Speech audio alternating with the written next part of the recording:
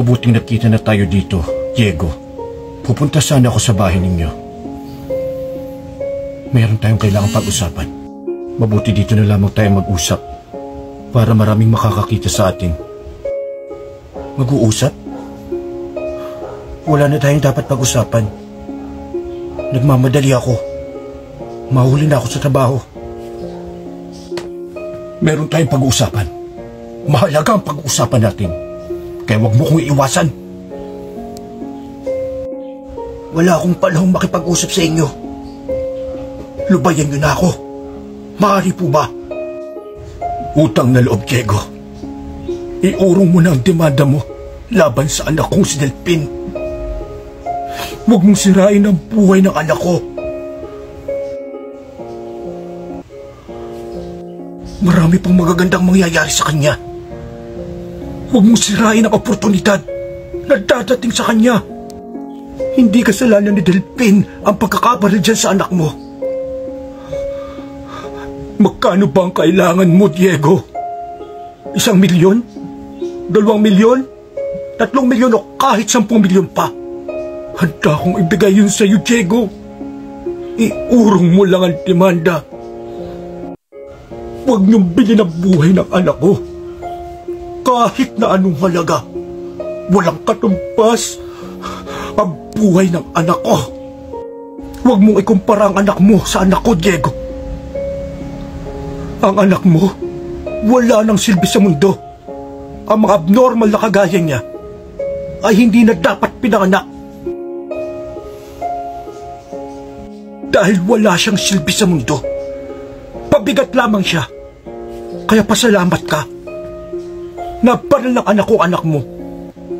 Magiging magaan na buhay mo. Wala ka ng pasanin. Wala ka ng pabigat.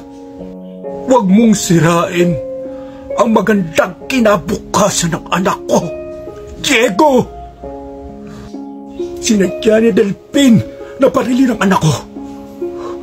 May mga testigo. Yung iba lang natatakot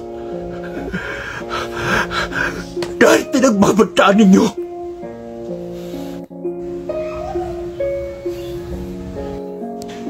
At pwede ba? Huwag niyo sasabihin na walang silbi ang anak ko. Napabigat lang ang anak ko. Maaaring hindi nga siya normal ang kagaya ng anak mo. Pero siya ang nagturo sa akin para matutong magmahal na walang kapalit. Siya ang nagturo sa akin magmahal ng walang kondisyon. Dahil sa kanya, natutunan ko, nalaman ko kung gaano kaganda ang buhay. Kung mga taong katulad mo, kagaya mo ng anak mo, hindi marunong magmahal.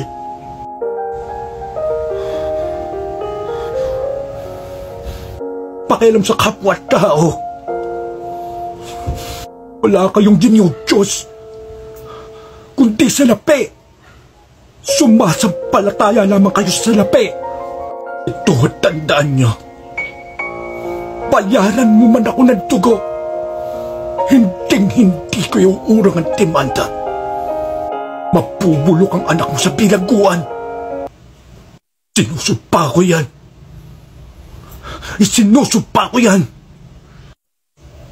Magkita na lang tayo sa korte.